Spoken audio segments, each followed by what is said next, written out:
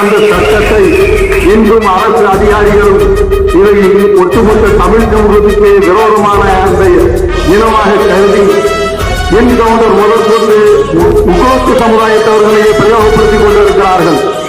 அவர்களுக்கு எப்படி இந்த ஒரு தைரியம் வந்தது என்றால் ஒரு அரசியல் பின்னணி, ஒரு கட்டமைப்பு இல்லை முக்குலத்திற்கு பின்புலமாக என்று எண்ணிக்கொண்டு முக்குலத்தோரை எங்கொன்று செய்து மற்றவர்களை பயமுறுத்த நினைக்கின்றார்கள்.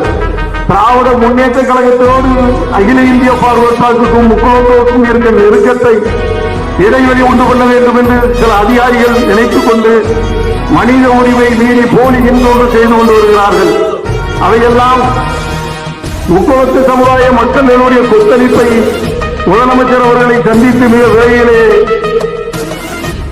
அரசு அதிகாரிகளோட பாரபட்சமான நடவடிக்கைகளை எடுத்து வைப்போம் என்பதை இந்த நேரத்திலே கூறிக்கொண்டு